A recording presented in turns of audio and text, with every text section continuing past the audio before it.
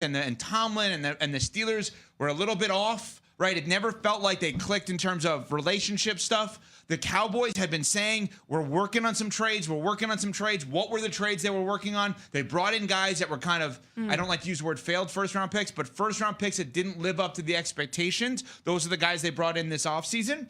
And now they trade for George Pickens. They're going to trade for George Pickens.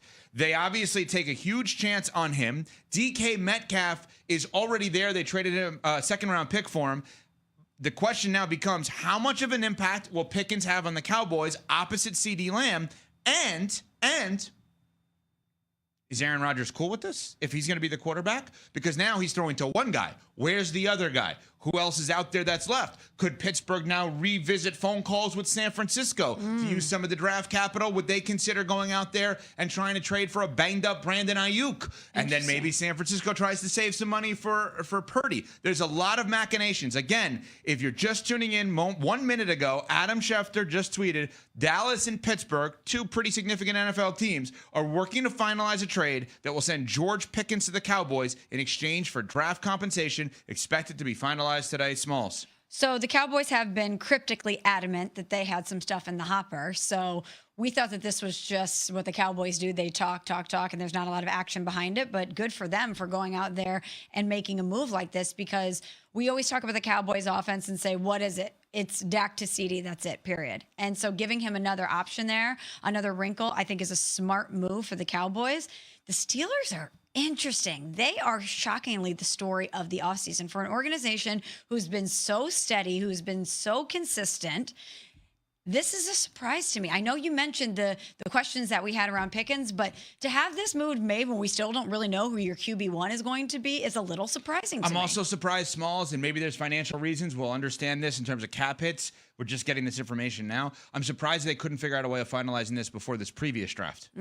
Right? So if you're Pittsburgh and you gain an extra pick and you want to maneuver a little bit to move up to get a wide receiver, whatever it may be, that maybe you like a little bit better than anybody else you took. But this is the move that they're making. George Pickens goes from Pittsburgh to Dallas. His career so far, 3 seasons.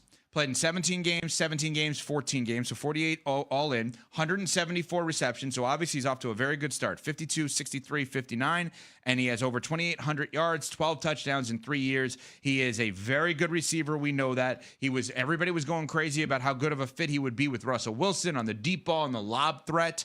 6'3", 200 pounds, 24 years old, out of Georgia, was a second-round pick in 2022, and now he's going to the Cowboys. And if you're a Cowboys fan, I don't know how you can't like this, because even if he's not a personality fit, let's say, a reliability fit with Pittsburgh, the wake-up call of getting traded, I'm sure they're not giving up a first-round pick to get him. They're probably not even giving up a second-round pick, if I had to guess, to get him. And now you're adding to that wide receiver room alongside CeeDee Lamb. So to me, I think this makes a lot of sense for the Cowboys to roll the dice. I'm not mad at it from a Steelers perspective. I don't understand the now versus before the draft. And I do wonder if there are other things up the sleeves with the Pittsburgh Steelers on this. I'm just looking at their depth chart. If there are any, they drafted Roman Wilson out of Michigan last year. Yeah, they need Calvin Austin. They need another receiver. This doesn't signal to you that they don't think they're going to land Aaron Rodgers? No. Because that's what I think. I mean, if they're bailing on one of their two... You think they're punting? Yeah, I think they're realizing, all right, we're not going to get Aaron Rodgers, so what are we doing? Let's try to get some capital from this. Okay, we're going to roll with Mason Rudolph. Let's play that out. Real quick, if that's the case, then why did you put yourself in this position heading into the draft? Or why did you trade for DK Metcalf and extend him if you didn't know you had a quarterback? Because DK Metcalf's great and seemingly... like the hardest worker, great guy, like all the positives you want to say about somebody. Yeah. But having a $30 million wide receiver with a stinky quarterback doesn't get you anything, right? Quarterback Rules is featured on ESPN.com. Twice. Thank you. Not once, but twice. Twice, 2 times. No big deal. State, pay a quarterback to make a wide receiver great. Don't pay a wide receiver to make a quarterback great. Yeah. Okay, so let's play out the Pat theory on this. Pat has had a tremendous day. Right? Tremendous day. He's 2 for 2. Right. What was the first one? I already forgot. Anthony Edwards. And being coronated too early. Yeah. Now maybe he doesn't even win a series with Steph out. And the Pacers being the hottest team that we should be really thinking about and how good they were down the stretch and winning 6-7 in the playoffs. Yeah. And now Pat, who's been saying all along Rodgers to the Steelers, is now saying maybe this is the indicator that he's not going to be a Steeler and that they're going to go the other way. If that's the case, you can't stop with Pickens. TJ Watt has to become a conversation. Just start breaking it down? Well, no, I mean, if Pat's right and Pickens is the first move towards we're not going to be that good this year, there's no point of spending money on Rodgers. We're going to now take any player that is going to be soon to be contract eligible, even if he's a franchise icon like TJ Watt, and gauge the value. Because I went the other way. I went the other way on this. I went that I believe that Pittsburgh is doing things for Rodgers, and maybe there are other moves here. The other way is also like Pat's way is interesting too. That it doesn't feel like, all right, we traded Pickens and we're just going to sign a straight free agent now. We're going to go get Amari Cooper. Well, that would make some sense, but like you get what I'm saying. Like we don't have a lot of time, but I think this is a question we have to focus on.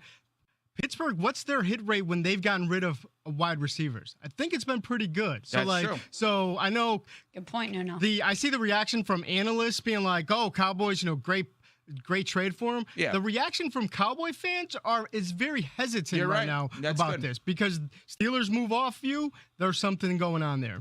The only one that I would argue with, and obviously playing the results doesn't help, but Plaxico was great early on for the Giants. Plaxico was great.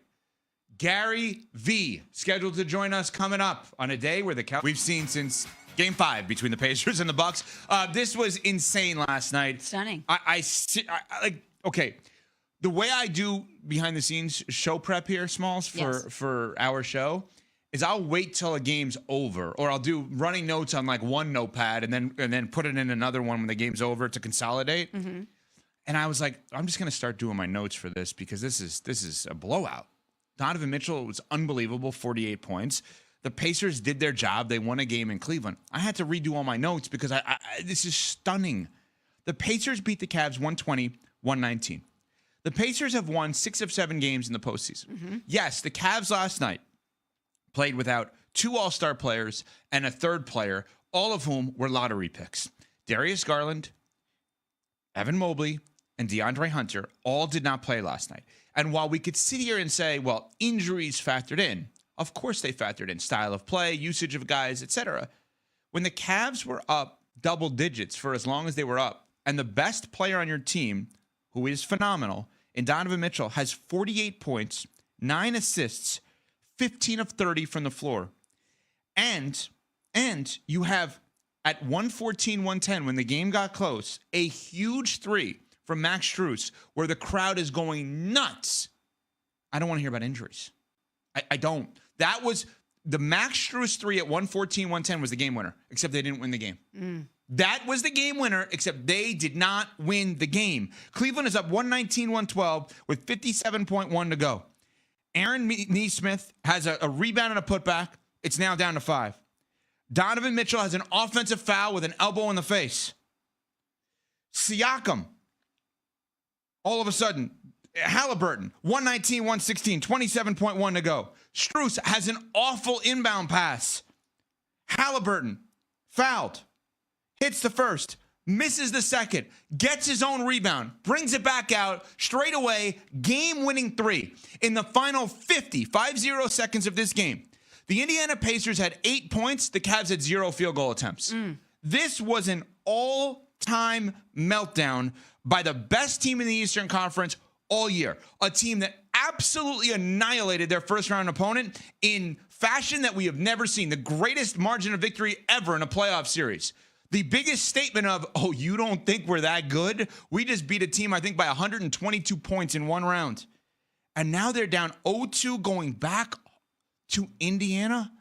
The way in which they lost this game, I don't want to hear about injuries. This was a total collapse from a great basketball team. Yeah, they have been great. And you're right. When you lead 119-112 in the final minute, that's not a, hey, we're banged up, that's the excuse type of loss. That is a, wow, we let our guard down, and Indiana, and specifically Tyrese Halliburton, took advantage of it. And he has been a man on a mission, has he not? He's been amazing. We had the conversation the other day. We did the Xin chào tất cả mọi người. Chào mừng mọi người đã đến với kênh YouTube của mình. Ngày hôm nay mình sẽ hướng dẫn các bạn cách tô màu